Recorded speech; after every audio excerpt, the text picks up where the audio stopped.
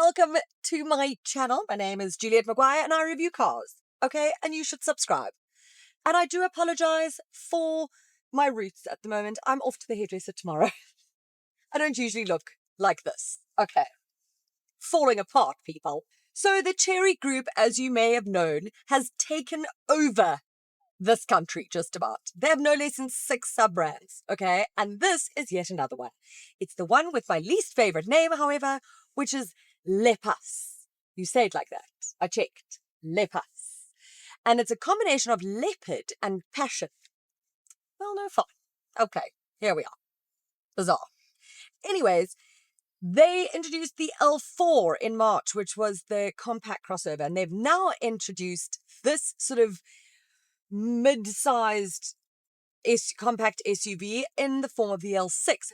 However, guys, I'm driving this pre-launch. Look at me getting a scoop. Okay, I didn't because other people did. I think Cars.co has already done a review on it, but what ifs? I will take it. So, off the bat, I don't have pricing for this car.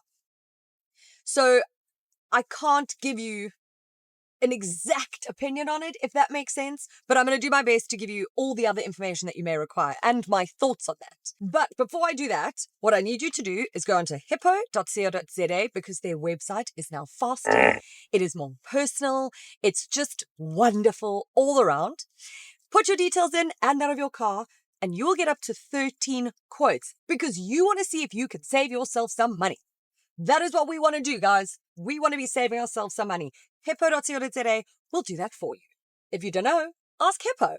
So from that pricing point of view I mentioned now, and if we look at the L4, which is between sort of 300,000 and 420,000 Rand, this could come in under 500. Here's hoping, which means it would compete with sort of a Toyota Corolla Cross and like a Chery Tiggo Cross and 7. Chery Tiggo 7, and not sort of like a Tiguan in those jaws. Okay, it's not higher. Because I think if it came under 500,000 Rand, it would have a good chance. If it comes above that, I'm not so sure. If anything, it's quite a safe design. It's not one for me that stands out. I think the boldest thing about it is the grille and this color, mind you. Riviera Sun Orange, okay? Not my style. Okay, but there are safer colors there for this very safe-looking car. Like I say, it just doesn't really do much for me in terms of style. Yet, I parked it and filmed it now, and a guy went, "That's a really nice-looking car." And I was like, okay, maybe I'm just absolutely jaded because we're getting like a barrage of SUVs and compact SUVs thrown at us all the time. It's quite hard to keep up. I mean, I'm driving home from the new Kia Seltos launch. I've just had the Ford Territory. I went away with that. You should watch that video, by the way. Watch it. And by the way, if you've gotten this far into the video, you should have subscribed already, right? So subscribe. Great. Then the interior also sort of, I wouldn't say blows my hair back. I mean, it's nice, and I'm not offended by it, which is always a good thing. And it's got everything you need. This touchscreen is fine. It's got this waterfall style, they call it. It's got the sort of the aircon and everything is at this bottom here. The only thing I find interesting is when you've got your Apple CarPlay or Android Auto in, which I've got mine connected wireless, and it was quite seamless, I have to say, is there's no clock. So there's no bar around it or whatever that shows the time. And I have looked everywhere, guys, and I can't find it. And that, I'm a very timely person. It would drive me insane if I didn't have that. So I don't have to always go out of Android Auto to check what the time is. Although I do appreciate that there is a home button right here. Okay, which is great. And then I can just go back into Android Auto. The other thing that I think is maybe missing a beat here maybe is the instrument cluster, which does look like an after sales thought. I think Phoebe's the one who said it. Like it looks like it's like it's been an after sales product. And I think she's right. And if you don't know Phoebe, you should. She's amazing and you should follow her and you should subscribe to her channel, which is pissing me off on YouTube, which I love. Okay. Anyways, I digress.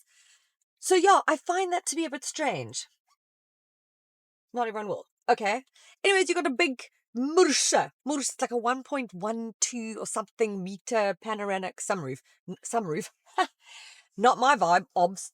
I hate a sunroof. I do quite like how you have to open the door handles. It's a bit strange, but once you get it, it's quite nice, actually. Something different.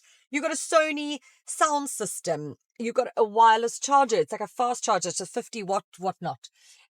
So fast charging your phone. That's always great. It's got like a 560 or something degree camera.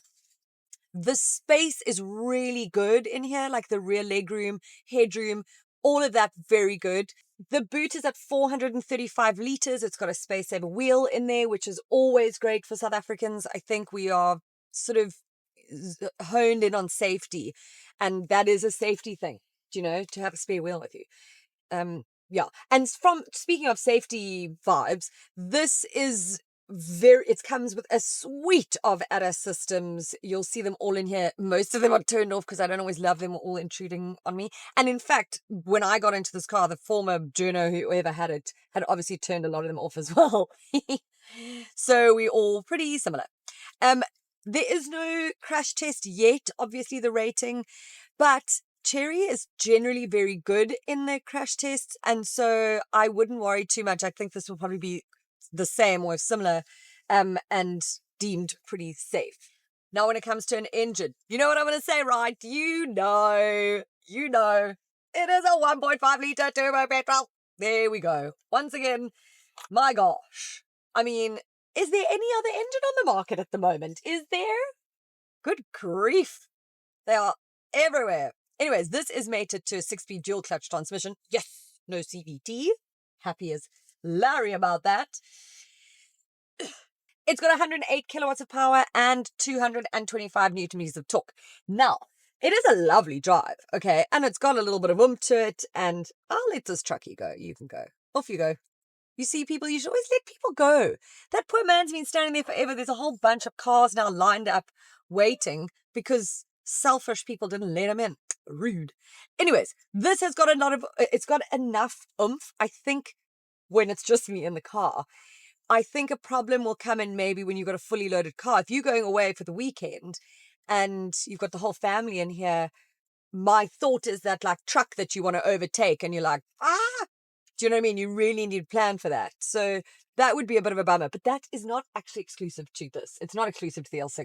It is a thing that's happening at the moment with the engines we're getting. The calibration of this isn't perfect. It's not terrible. And I think it just takes a little bit of getting used to. There was mention as well that the steering is very light. That doesn't bother me at all. I think it's fab for around the city. That's when you want it to be light. I suppose it's just on the open road that you want a little bit more feedback, which some people might find disconcerting when they're driving. I would say the NVH levels are okay. The engine noise does drone in a little bit to the cabin when you are accelerating, which can be a bit drony, not a vibe. All right, until your fuel consumption is claimed at 7.2 litres per 100 Ks, and I have no idea how to work this system to find out what I'm getting at the moment. But I would imagine it's probably not very, well, it's never the claimed figure. Okay, so you need to know that. So you're going to look at a bit higher. So I would like that to be lower. Okay, I'm going up a hill now. I don't know if you can hear it, but it's... Okay, but change gear. Thank you. Loud. So should you consider this? Do you know what? It's hard to say, like I say, I don't have pricing. If it comes under 500,000 Rand, I would say yes. Put it on your list, take it for a drive. I think for me, it probably wouldn't be my first choice because there are so many others on the market. I don't envy you having to make this decision. But there are others that stand out. I don't necessarily want to stand out, but I want something to stand out for me. And this car, in a way, is a little bit forgettable. And that's not always a negative thing because I often say this, especially for family cars, you kind of want them to be a sort of non-thing, a non-entity, because you don't have to be worrying about your car. You want to just like do your errands, drop off, pick up, and not think about the drive. So that's where this actually maybe has strength. But I do think that it maybe just needs a little bit more for me to want to recommend it over and above anything else. Like I say, do you know what? If it comes in at a really good price, it would be a no-brainer. Like, genuinely a no-brainer. If just for the space and the fact that it is a great family car. For that reason. I'm not hangry. I need to go eat something. Whew, girl. Woo, girl. No.